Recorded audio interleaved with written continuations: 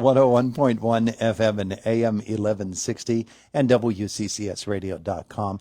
Bob Pollock with us from the Extension Service. Conversation brought to you by Marcus & Mack, voted best personal injury law firm in the Best of Indiana County contest. Marcus & Mack, a law firm representing injured people. He was just ruminating, if you will, on the weather for past Mother's Day weekends.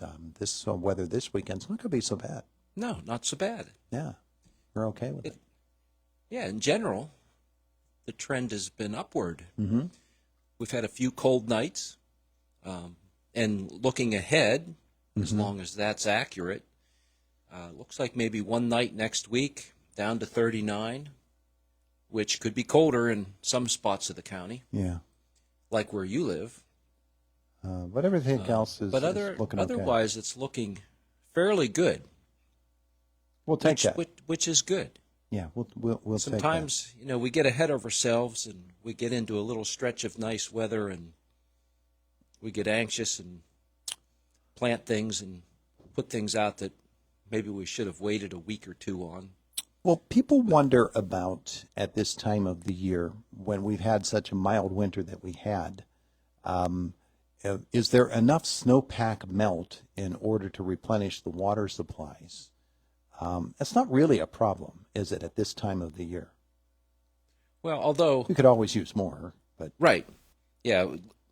Just looking at where we are today, we're actually, for Indiana County, 0.6 tenths of an inch below normal for the year for precipitation, whether that came as snow or sleet or rain. Yeah. There's just a little stretch of the counties right on the western border going all the way up to Erie that are above normal. There was a couple fronts that came through a couple weeks ago that just slid north. They went from south to north and kind of missed us. And then when you get to the whole eastern part of the state, they're anywhere from almost 2 inches and more below normal. Is it a valuable exercise at all for gardeners and farmers and people concerned about their lawns to look at the long-range precipitation forecast for over the course of months to say, okay, the summer's going to be like this, therefore I should not plant or should plant that? I think it can be helpful to look at those trends or what the predictions are, because we have those La Niñas and El Niños, those different patterns that definitely can affect, we can have maybe the trends for warmer temperatures and drier conditions.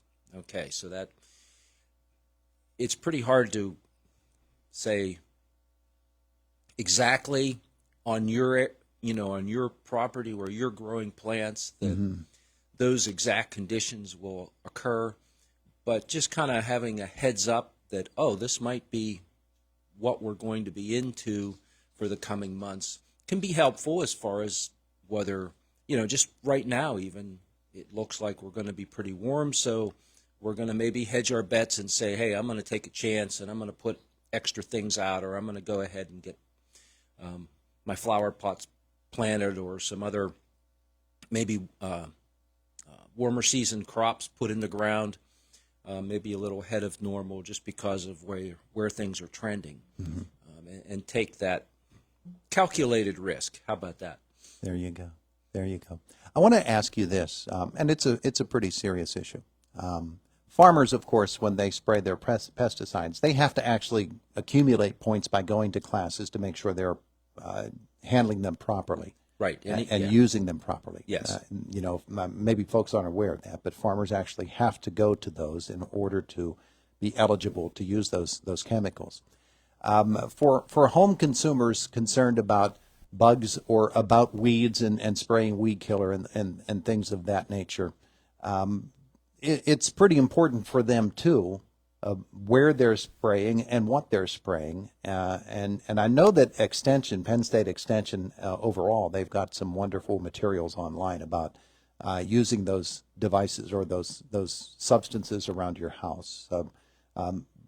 Is there a general rule of thumb for folks when spraying, for instance, weed killers for for safety's sake? Absolutely. We're always trying to go with the least risk, right?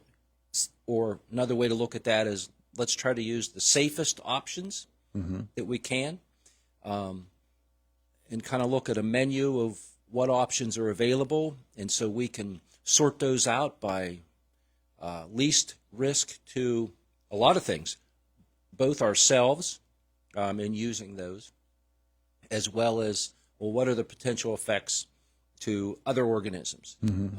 So non-target insects or diseases or, any of the above, and take a look at that and compare materials. It's a little harder for when you go and look on the shelf in the local store to sort some of that out. A lot of that has to be done ahead of time, looking at what's labeled to control a particular pest. And that's another thing. Sometimes we don't really identify what it is. What's our target? What are we trying to control? Whether that be an insect, a disease, or a weed. And do we have the correct identification? We need to know what it is we're dealing with so that then we can start to look at, okay, well, what are our management options for that? What works? What doesn't work? What's labeled? What's not labeled? Instead of just, oh, well, this is an insecticide, so it'll control insects. Well, yeah, but which ones? Yeah. It might be very narrow in what it controls. It might be just specific to worms, and it won't do anything to the adults of a particular insect, or the eggs, and so we have to kind of read. That's why they make those labels, so that we can read those. It identifies, what it is used for, what the rates are. A lot of times we have a minimum and a maximum rate, a range. Which is usually square feet or square mile or square yard. Yes, and it might be broken down into, so much per acre, so much per square foot, so much per, just a given unit area. And then we've got to calculate, well, what's our area we're treating so that we can get the right amount in a gallon of water, for example, to apply that. Surface insects versus underground insects as well. Yes. I know often we've had discussions about grub control. Right. Yeah. It's so, and a lot of, like for grub control, a lot of the materials are granular, so we're applying them with a spreader, and so we can calibrate that spreader. Whether you have a spinner spreader or a drop spreader, you can actually calibrate that. A lot of, spinner spreader usually has a dial on there with numbers, and so you select the number, and as long as the product you're using set your spreader, if you have a certain brand of spreader, set it at this number, and then that will hopefully deliver the correct amount of material per given square footage.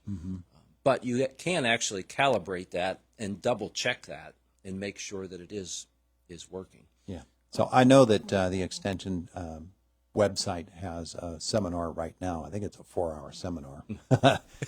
And I'm assuming that it is more of a consumer type of discussion because they show a picture of a guy on a sidewalk spraying beside his sidewalk for weed control.